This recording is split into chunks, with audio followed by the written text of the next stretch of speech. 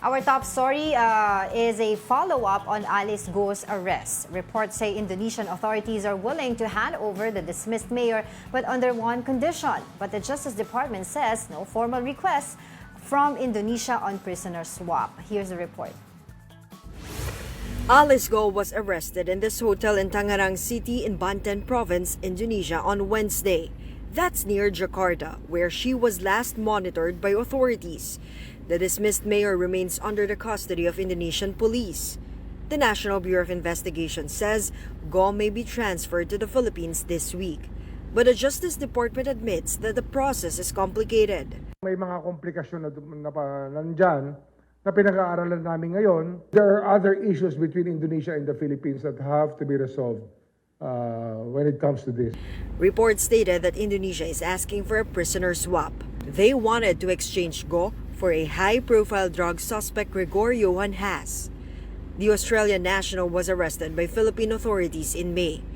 The Interpol had issued a red notice for Has for drug smuggling in Indonesia. But Justice Undersecretary Nicolas T. said the DOJ has yet to receive a formal request on the matter. So certainly this possible obstacle it's something that's there in the media, something obviously that we are looking at, but so far, at least from current indications, it's still not official. Once Guo is back in the country, she will be sent to the Senate, which issued her arrest warrant. We have two options, whether yung ating police attaché na yung mag-escort papunta po dito sa Pilipinas, or it would be the SILG and the GPNP that will be traveling to Indonesia to fetch po si Alice Guo po. Pero wala pa pong final ngayon. Guo could face more cases aside from human trafficking in connection with illegal pogo operation. For News 5, Ria Fernandez, We Are One News. Let's get some updates on Alice Guo's case. We are joined via Zoom by Justice Undersecretary Nicolas T. Good morning, Yusek. Thanks for joining us today. Good morning, Diego. Good morning, Angela. Okay, Yusek, let's get right to it. No, is there really, at this point, an official word from the reported request of the Indonesia swap for prisoner swap? And in case na hindi po to matuloy, what will be the requisites po para makuha na natin si Alice Guo? Wala pang official na hiling sa amin dito sa aming kagawaran. Wala din sa Bureau of Immigration. Wala din namang sinasabi sa amin ng Department of Foreign Affairs na may official na hiling ang Indonesia sa kanila. So with all this in light po, Yusek, when will we see Alice Guo po in Philippine soil? Well, umaasa tayo na ngayong araw dumating na kasi nandun na naman si SILG tsaka si Chief PNP.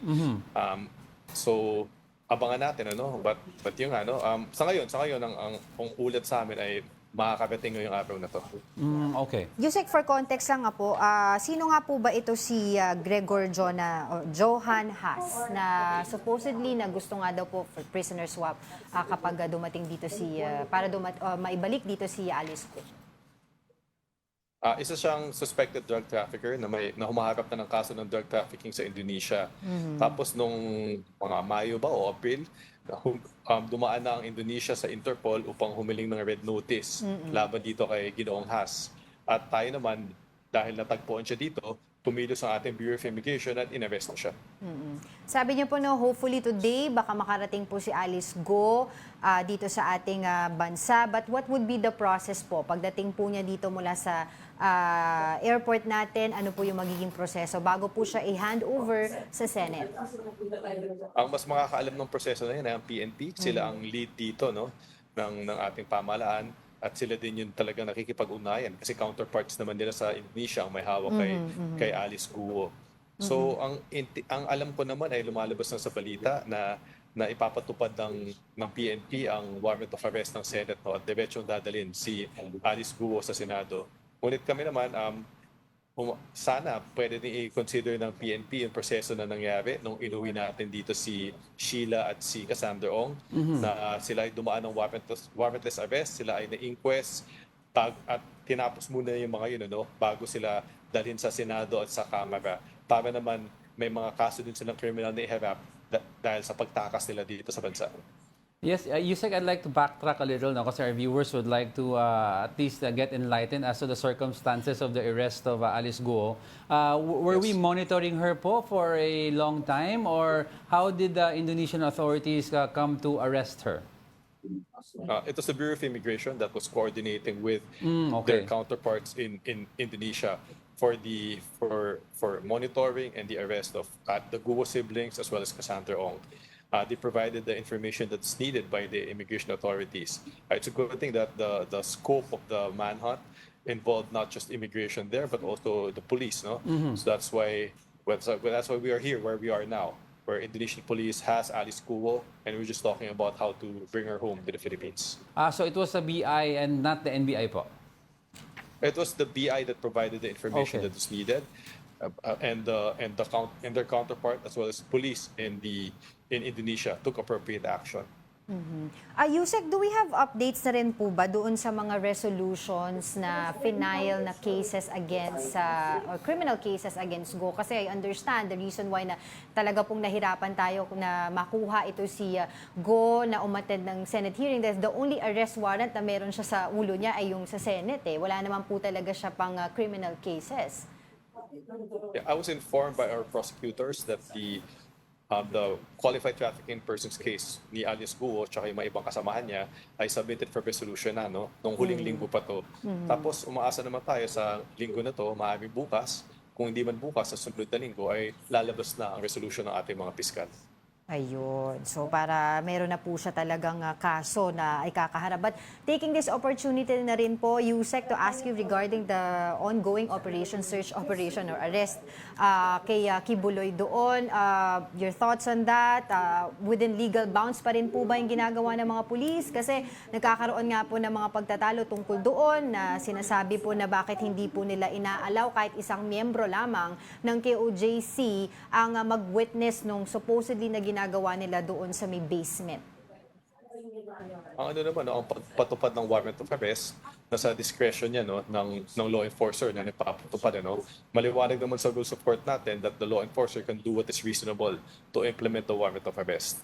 Kaya ipabuhayan na lang natin sa PNP dahil sila yung nandyan. No? Sila yung may alam kung gaano ka masilumot yung proseso, gaano ka komplikado yung proseso. Kaya kung anong mga diskarte nila, basta reasonable, basta legal, susuportahan yan namin dito sa DOJ. But Yusek, no, I'd like to also ask about this issue. No? Are we still maintaining po that 100% na si Kibuloy na sa KOJC compound? Or is there a possible notion like sinabi po ni VP Sara na sa tingin niya wala na si Kibuloy dito sa Pilipinas? Ano naman, di ba? In police naman, may knowledge sila or reasonable suspicion na nandun si Pastor Kibuloy. At bukod doon, no, kung titinan naman natin yung kilos ng mga supporters ni Pastor Kibuloy, no, kung saan talagang resist nila ang pagpatupad ng warrant of arrest. At kasama na din yung mga masigasig na kilos ng abogado niya, no, na mukhang determinado talaga na hindi mapatupad yung warrant of arrest. Malakas na indikasyon mga yon na nandun pa sa KOJC compound si Pastor Kibuloy. But technically speaking, Yusek, yung arrest warrant na hawak po ngayon ng police, ay meron po bang expiration yun? Kasi I think we're on the 12th day na po of their operation there. Wala naman, no? Walang expiration ng warrant of arrest. So sa ngayon, we rely on the rule of reasonableness, no? Hangga't reasonable ang kilos ng mga pulis na upang ipatupad ng warrant of arrest na to ay legal ang kanilang kilos. Yusek, I wanna go back lang po kay dun sa issue ni Alice Guo at saka dun sa mga Bureau of Immigration dahil we all know naman po yung naging pahayag, naging damdamin po dito ni Pangulong Bongbong Marcos na sabi nga po niya, heads will roll. As of now po ba, meron na po ba tayong ginagawang investigation as to papaano nakalabas po si Alice Guo at yung trail po ng kanyang pag-escape dito sa Pilipinas at kung sino-sino po yung mga tumulong? Ongoing in investigation at tinitingnan naman namin yung mga dapat tingnan, but kailangan natin, huwag natin kalimutan, madaming sabay-sabay na ganap, bukod dun sa mga ongoing na mga kaso na hinaharap nila Alice Guo and company, nandiyan tong ating intensyon na madalian siyang mapauwi. Kaya sa ngayon, hintay-hintay muna tayo kung anong mga magiging resulta ng aming pag-imbestiga sa paglabas ni Alice Guo ng Pilipinas. And to confirm lang po ulit before we let you go, Yusek, today po talaga dadating si Alice Guo, ang hindi lang po natin alam yung eksaktong oras. Well, di ko masasabi na talaga. Pero ang huling ulat sa amin na maaaring dumating ngayong araw na to. Alright, on that note, maraming salamat po sa inyong oras. That was Justice Undersecretary Nicholas T. Yeah. So we're hoping that she will be home tonight. Possibly daw, if ever, 6 p.m. Indonesia time. So iba ang oras dito. Ano ba yung time zone difference I natin? forgot to ask about yung pursuing yung father ni ni Alice Guo at saka yung brother niya. Si Wesley. Oo, si Wesley kasi apparently ngayon si Wesley ay allegedly nasa Hong Kong. 'Di ba? How are they going to, get him? Are they talking to the Hong Kong officials as well? Tapos sila ba interesado rin dito sa tatay ni Alice Guo? Dahil sa nakikita natin, base dun sa mga storya, although nakikita natin na may mga discrepancies, may mga pagsisinungaling, parang talaga ang nakikita mong kumukumpas din dito, yung allegedly tatay nila. Tatay, kasi parang the way Forgot to ask that. if you're to make a trail of the way they function or they work, most decisions are made on Alice Guo's side. If you talk to Alice Guo, most decisions are the money. And the trail of the money comes from the daddy. So if everyone is para nakatingin sa taas kay Alice Guo as decision maker, Alice Guo gets money from the daddy, so it would be safe to surmise that the dad is somewhat the head of all of this. But hindi pa natin alam yan Has a because big hand in all the Senate and Congress and also our authorities have yet to talk to Alice Guo, Cassandra Ong, Sara Leal Go, Wesley. Maganda yun, they talk to them separately. Tingnan natin if their testimonies contradict each other.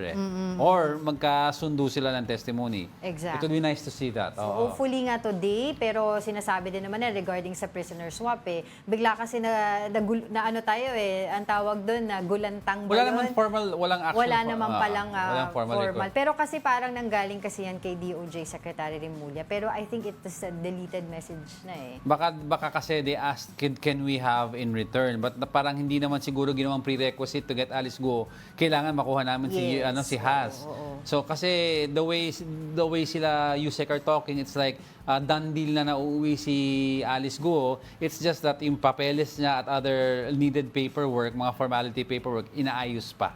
Oo. So yun ang mangyayari. So pagdating niya dito, ay yung mga procedures na gagawin na ginawa din hopefully kila Sheila. Yan ang gusto ni Yusek. Yun ang dapat magawa before siya ma-hand over dito sa Senate para makapag-testify. And I think Congress is also going to write to Senate to ask them kung pwede nilang mahiram din si Alice para makapagsalita sa ongoing Quadcom hearing nila. So tsaka diba, I think the BI, when they take Alice Guo, they're entertaining the option of canceling her passport para hindi na maka-travel. But let's see kung ano yung mangyayari. If she arrives today, madami mangyayari sa gabi and tomorrow, sunod-sunod na po ang balita about Tignan natin. Alice Guo. Tignan natin. At saka, syempre, di ba, sabi nga nila, baka pwede daw humingi tayo ng tulong sa Indonesian police para makuha So paano si yan? Kibuloy.